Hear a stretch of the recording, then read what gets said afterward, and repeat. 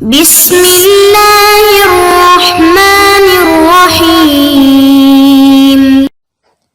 اعوذ باللہ من الشیطان الرجیم بسم اللہ الرحمن الرحیم۔ عزیز طلبہ کرام، آج ہم اصول الفقہ المظفر کا سبق نمبر 101 پڑھنے جا رہے ہیں، اور آج انشاءاللہ ہم بیان کریں گے مفہوم وصف کی آخری باس کو۔ ہم نے ابتدا میں بیان کیا تھا مفہوم حصر کا معنی کیا ہوتا ہے، پھر ہم نے اپنی باس کا آغاز کیا تھا ادوات شرط کے حوالے سے۔ اس میں ہم نے کلی طور پر بیان کیا تھا کہ ہمارے سامنے دو طرح کے ادوات آتے ہیں، کچھ ایسے ہیں جو از لحاظ مادہ مفہوم حصر پہ دلالت کرتے ہیں، کچھ ہیں جو از لحاظ حیات دلالت کرتے ہیں۔ آج انشاءاللہ مادے کی جتنے بھی ادوات ہیں ان کو مکمل کرنے کے بعد آخر میں پھر حیات کے حوالے سے بیان کریں گے وہ کون سی حیات ہیں جو کہ اس پہ دلالت کرتی ہے۔ جہاں تک تعلق ہے ادوات حصر کا، اس میں ہم نے سب سے پہلے اللہ کو بیان کیا۔ اللہ کی 3 قسموں کو بیان کرنے کے بعد ہم نے یہ نتیجہ دیا کہ اللہ وصفی کے علاوہ باقی جو دونوں قسمیں ہیں وہ مفہوم رکھتی ہیں۔ پھر ہم نے انما کو بیان کیا۔ انما میں ہم نے 2 صورتیں بیان کی، ایک ہم نے کہا کہ جہاں پہ موضوع کا اثر ہے، پھر دوسری میں ہم نے کہا جہاں پہ حکم کا اثر ہے۔ جہاں پہ حکم کا اثر ہوگا اس صورت کا مفہوم ہوگا، جہاں پہ موضوع کا اثر ہوگا اس کا مفہوم نہیں ہوگا۔ آج بیان کرنے جا رہے ہیں تیسرے ادوات شرط کو، جو کہ ہے بل کے نام سے۔ فرماتے بل، جیسا کہ آپ علم النحو وغیرہ میں بھی پڑھ چکے ہیں کہ بل جو ہے وہ اضراب کو بیان کرنے کے لیے آتا ہے۔ اضراب یعنی جو آپ نے پہلے کلام کیا تھا اس سے اپنی بات کو تبدیل کرنے اور اس سے رخ پھیرنے کے لیے جو ہے وہ آتا ہے۔ فرماتے ہیں کہ یہ جو بل ہے یہ تقریباً 3 مقامات پہ استعمال ہوتا ہے۔ ہم تینوں مقامات کو انشاءاللہ ایک ایک کر کے تفصیل سے بیان کریں گے۔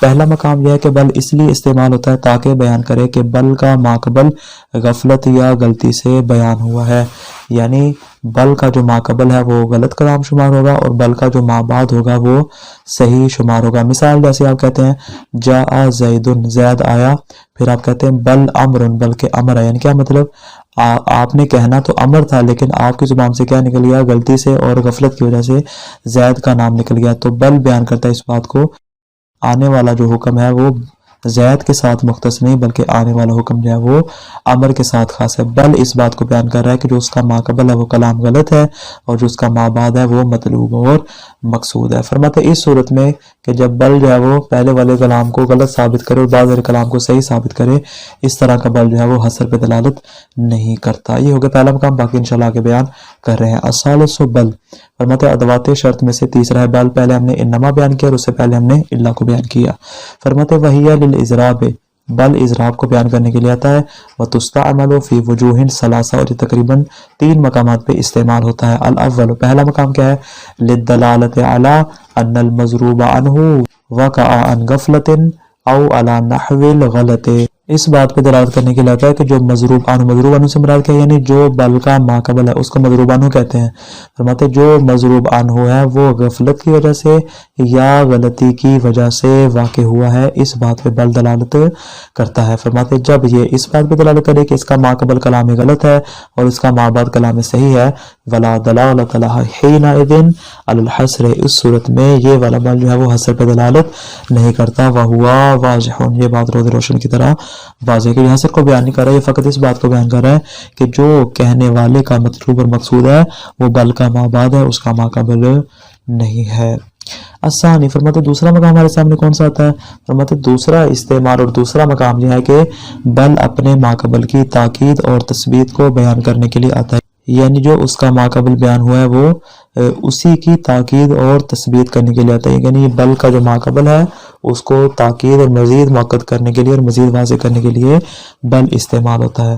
فرماتے یہ والی بھی صورت ہے، یہ بھی حصر کو بیان نہیں کرتی۔ مثال جیسے محمد صلی اللہ علیہ وآلہ نبی بل رسول، محمد نبی ہیں بلکہ رسول ہیں۔ فرماتے ہیں کہ اب دیکھیں یہاں پہ بل کا ماقبل کیا ہے، نبی، یعنی محمد مصطفیٰ صلی اللہ علیہ وسلم کے لیے نبوت کو بیان کر رہا ہے کہ وہ نبی ہیں، اور بعد میں بیان کر رہا ہے اسی نبی کی تثبیت کرنے کے لیے، اسی کی مزید تاکید کرنے کے لیے کیا کریں، بلکہ رسول ہیں، نبی بھی ہیں اور اولو العزم پیغمبر بھی شمار ہوتے ہیں، رسالت بھی ان کے ساتھ مختص، یعنی اب یہاں پہ جو بل آ رہا ہے کیا کر رہا ہے، اس پہلے والے کی ہی مزید تاکید اور تثبیت کو بیان کر رہا ہے۔ الثانی للدلالت علی تاکید المضروب عنہ و تقریرہ، فرماتے ہیں کہ اس بات پر دلالت کرنے کے لیے آتا ہے کہ مضروب عنہ زیادہ موقع ہے اور اسی کو ثابت کرنے کے لیے اور اسی کو پائیدار کرنے کے لیے جو ہے وہ دلالت کرتا ہے۔ مثال جیسے زید عالم بل شاعر، زید عالم ہے بلکہ شاعر ہے۔ البتہ یہ والی جو مثال ہے اس پر اکثر بزرگان نے مناقشہ فرمایا اور کہتے ہیں کہ مرحوم مظفر نے جو مثال دی ہے یہ مثال ہمارے نزدیک درست نہیں ہے، جو مثال محمد النبی بالرسول والی دی زیادہ بہتر ہے۔ کیوں؟ اس لیے کہ اگر ہم کہتے ہیں عالم ایک الگ موضوع ہے، شاعر الگ موضوع ہے، یہ ان میں عام خاص من وجہ کی نسبت پائی جاتی ہے۔ ممکن ہے ایک شخص عالم بھی ہو اور شاعر بھی ہو، لیکن ضروری ہے کہ جو عالم ہو اس کا شاعر ہونا ہر حال میں ضروری ہے۔ بہرحال اس مثال پہ مناقشہ وارد ہوتا ہے کیونکہ دونوں میں بہرحال تھوڑا سا فرق پایا جاتا ہے۔ جو مثال ہم نے بیان کی یہ زیادہ بہتر ہے۔ آگے فرماتے ہیں وَلَا دَلَالَةَ لَهَا أَيْضًا حِينَئِذٍ عَلَى الْحَصْرِ، اس صورت میں بھی یہ جو بل ہے جو کہ مضروب عنہ کی تاکید اور تثبیت کو بیان کر رہا ہے یہ بھی حصر پہ دلالت نہیں کرتا۔ فرماتے ہیں الثالث، ہمارے پاس آگے تیسرا مقام اور اس کا تیسرا استعمال۔ تیسرا استعمال کیا ہے کہ بل اپنے ماقبل کو باطل کرنے کے لیے آتا ہے۔ اس صورت میں یہ حصر پہ دلالت کرتا ہے، لہٰذا اس کا مفہوم بھی ہوگا، چونکہ اپنے ماقبل کو باطل قرار دے رہا ہے اور اپنے بات کو ثابت کر رہا ہے، لہٰذا اس کا مفہوم بھی ہوگا۔ فرماتے ہیں الثالث للدلالۃ علی الردع و ایصال ما ثبت اولا، فرماتے ہیں کہ اس بات پر دلالت کرنے کے لیے کہ جو پہلے بیان ہوئے اس کو انکار کرنے کے لیے، اس کو رد کرنے کے لیے، و ایصال ما ثبت اولا، جو چیز پہلے سے ثابت ہے اس تک پہنچنے کے لیے اور اس بات کو ثابت کرنے کے لیے جو ہے بل استعمال ہوتا ہے۔ مثال جیسے ہم یقولون بہ جنۃ، آیا یہ لوگ کہتے ہیں کہ یہ جتنے بھی انبیاء ہیں یہ سارے کے سارے کیا ہیں؟ مجنون ہے، یہ پاگل ہے۔ آگے فرماتے ہیں بل کیا کر رہا ہے؟ اس پہلی والی بات کو، یہ جو کہتے ہیں کہ یہ مجنون ہے، جن زدہ ہیں، فرماتے ہیں اس بات کو باطل کرتے۔ بل کیا کہہ رہا ہے؟ بل جاءہم بالحق، سارے کے سارے انبیاء جتنے بھی ہیں وہ حق کے ساتھ ہیں، یعنی کیا کر رہا ہے؟ پہلی والی بات کو باطل بھی کر رہا ہے اور اس بات کو بطریق اولا، یعنی جس بات کو بل سے پہلے بیان کیا جا رہا ہے اس کو باطل کرنے کے ساتھ ساتھ اس کے برعکس کو بطریق اولا ثابت کرتا ہے۔ بل جاءہم بالحق، صرف یہی نہیں کہ تمہارے کہنے کے مطابق وہ مجنون ہے بلکہ وہ سارے کے سارے حق کے ساتھ آئے، یعنی کیا مطلب؟ حق کے ساتھ آنا اس بات کی دلیل ہے کہ وہ مجنون نہیں ہے۔ اس کا مفہوم کیا نکلے گا کہ اگر یہ انبیاء حق کے ساتھ نہ آئے ہوتے تو اس صورت میں پھر ان کی یہ بات درست ثابت ہوتی کہ یہ سارے کے سارے مجنون ہے۔ فتدل علی الحصر، فرماتے یہ جو تیسری قسم ہے بلکہ یہ حصر پہ دلالت کرتی ہے، فیکون لہا مفہوم، اس کا مفہوم بھی ہوگا۔ آگے فرماتے ہیں مفہوم کیا ہوگا؟ وہذہ الآیۃ الکریمہ تدل، یہ آیت مجیدہ اس بات پہ دلالت کرے گی، اس کا مفہوم کیا ہوگا؟ علی انتفاء مجیئہ بغیر الحق، کہ انبیاء کا بغیر حق کے آنا منتفی ہے، چونکہ حق کے ساتھ آئے ہیں لہذا ان کا یہ قول باطل ہے۔ تو اس کا مفہوم کیا ہوتا ہے کہ اگر یہ حق کے ساتھ نہ آئے ہوتے تو ان کے اوپر پھر یہ بات کہنا کسی حد تک درست ثابت ہو جاتی، چونکہ حق کے ساتھ آئے ہیں لہذا یہ والا افراد کا قول کیا ہو جائے گا؟ باطل ہو جائے گا۔ اس بات کو بیان کر رہا ہے۔ یہاں تک بات ہوگی ہماری مکمل ان ادوات کے بارے میں جو لحاظ مادہ حصر پہ دلالت کر رہے ہیں۔ اب بیان کر رہے ہیں ان حیات کو جو کہ یعنی کلام کے اندر ایک خاص چیز موجود نہیں، جس طرح کہ ہم نے کہا تھا انما ہے یا بل ہے یا الا ہے، اس طرح کی چیزیں موجود ہیں، بلکہ کلام کی حیات ترکیبی کچھ اس انداز ہوتی ہے کہ وہ حصر کے اوپر دلالت کرتی ہے۔ کچھ چیزیں ہمارے سامنے آتی ہیں کہ جو کہ ہمیں حصر کو سمجھا سکتی ہیں۔ سب سے پہلی ہے کہ تقدیم ما حقہ تاخیر، جس چیز کا حق یہ ہے کہ اس کو مؤخر کیا جائے، آپ اس کو مؤخر کرنے کے بجائے اٹھا کے کلام کے شروع میں لے آتے ہیں، اس کو مقدم کر دیتے ہیں۔ فرماتے ہیں مؤخر کو مقدم کرنا اس بات کی نشانی ہے کہ کلام حصر پہ دلالت کر رہا ہے، یہ کلام اختصاص اور حصر کا فائدہ دیتا ہے۔ مثال جیسے آپ کیا کرتے ہیں، کلام میں اصل کیا ہوتا ہے کہ پہلے فعل آئے، فعل کے بعد فاعل آئے، فاعل کے بعد مفعول آئے، آپ کیا کرتے ہیں مفعول کو اٹھا کے فاعل کے اوپر مقدم کر دیتے ہیں۔ مثال جیسے ایاک نعبد و ایاک نستعین، اب دیکھیں نعبد فعل ہے، اس کے اندر کیا ہے نحن، جو اس کا فاعل ہے وہ اس کے اندر یہ مؤخر ہو رہا ہے، اور جو ایاکا یعنی اصل میں کہتے ہیں نعبد ایاکا، اصل میں جو تھا ہم نے کیا کیا، جو مفعول ایاکا تھا اس کو اٹھا کے ہم نے فاعل کے اوپر مقدم کر دیا۔ تو یہ دلالت کرتا ہے کہ اس بات پہ حصر کے اوپر اور اختصاص کے اوپر کہ عبادت خاص ہے صرف تیرے ساتھ اور مدد مانگنا بھی خاص ہے صرف تیرے ساتھ، یعنی اختصاص پہ اور حصر پہ دلالت کرتا ہے۔ کیوں؟ اس لیے کہ جس کو مؤخر کرنا چاہیے تھا اس کو ہم نے مقدم کر دیا ہے۔ الرابع وہناک حیات غیر الادوات تدل علی الحصر، فرماتے ہیں ہمارے سامنے حیات بھی کچھ ایسی موجود ہیں جو ادوات کے علاوہ حصر پہ دلالت کرتی ہیں۔ مثال مثل تقدم المفعول، مفعول کا حق جو ہے اس کو مؤخر کیا جائے، لیکن اگر آپ مفعول کو فاعل پر مقدم کر دیتے ہیں تو یہ بھی حصر پہ دلالت کرے گا۔ مثال جیسے ایاک نعبد و ایاک نستعین، یہ ہو رہی ہے اس کی آسان مثال۔ اسی طرح فرماتے ہیں کہ دوسری آیت ہمارے سامنے آتی ہے مسند الیہ کو الف لام سے معرفہ بنانا اور اس کو مسند پہ مقدم کر دینا۔ حالانکہ حقیقت تو یہ کہ مسند الیہ پہلے ہوتا ہے اور مسند بعد میں ہوتا ہے، لیکن آپ کیا کرتے ہیں، آپ مسند کو ہی کیا کرتے ہیں، اس کو الف لام لگا کے معرفہ بنا کے اور آپ اس کو مقدم کر دیتے ہیں۔ فرماتے ہیں یہ بھی حصر کا فائدہ دیتا ہے اور اس کا بھی مفہوم ثابت ہو جائے گا۔ ومثل تعریف المسند الیہ بلام الجنس مع تقدیمہ، فرماتے ہیں مسند الیہ کو معرفہ بنانا الف لام جنسیہ کے ساتھ مع تقدیمہ، اور اس کو مقدم کرنا، یعنی یہاں پہ جو حصر کا فائدہ دے رہی ہے وہ دو چیزیں، ایک اس کو الف لام کے ذریعے معرفہ بنانا اور دوسرا کہ اس کو کلام میں مقدم بھی قرار دینا۔ جیسے العالم محمد، عالم اگر کوئی ہے تو وہ صرف محمد ہی ہے۔ اصل میں مثال کیا تھی، محمد عالم، محمد مسند الیہ اور عالم مسند، ہم نے کیا کیا، جو عالم مسند تھا اس کے اوپر ہم نے الف لام لگائی اور ہم نے اس کو معرفہ بنا کے کیا کر دیا، کلام میں مقدم کر دیا، اور جو ہمارا مسند الیہ بن رہا تھا اس کو ہم نے مؤخر کر دیا، اس کو ہم نے مسند قرار دے دیا۔ فرماتے یہ بھی اختصاص کا فائدہ ہے کہ اگر کوئی عالم ہے تو وہ صرف محمد ہے۔ دوسری مثال وَإِنَّ الْقَوْلَ مَا قَالَتْ حِزَامُ، بات تو وہی ہے جو کہ حزام نے کہی ہے۔ اب حزام ایک شاعر تھا، اس کی بیوی تھی، اس نے اپنی بیوی کی شان میں شعر کہا تھا، اس نے کہا تھا کہ اگر دنیا میں کسی کی بات دیکھیں تو کسی کی بات بھی اتنی پائیدار نہیں ہے جتنی پائیدار میری بیوی حزام کی بات ہے۔ بہرحال اس نے یہ کہا تھا کہ یہ جو ما قالت حزام اصل میں یہ مسند الیہ تھا، لیکن اس نے کیا کر دیا، اس نے جو مسند الیہ بننا تھا اس کو مؤخر کر دیا اور جو قول تھا اس کے اوپر الف لام لگا کے اس کو مسند الیہ بنا کر اس کو مقدم کر دیا اور کہا کہ بات اگر کسی کی ہے تو وہ صرف حزام کی اور اس کے علاوہ کسی اور کی نہیں ہے۔ وَنَحْوُ ذَلِكَ مِمَّا هُوَ مُفَصَّلٌ فِي عِلْمِ الْبَلَاغَةِ، اس کے علاوہ فرماتے ہیں کہ دیگر بھی تفصیلات جو کہ علم بلاغہ وغیرہ میں بیان ہوئی ہیں۔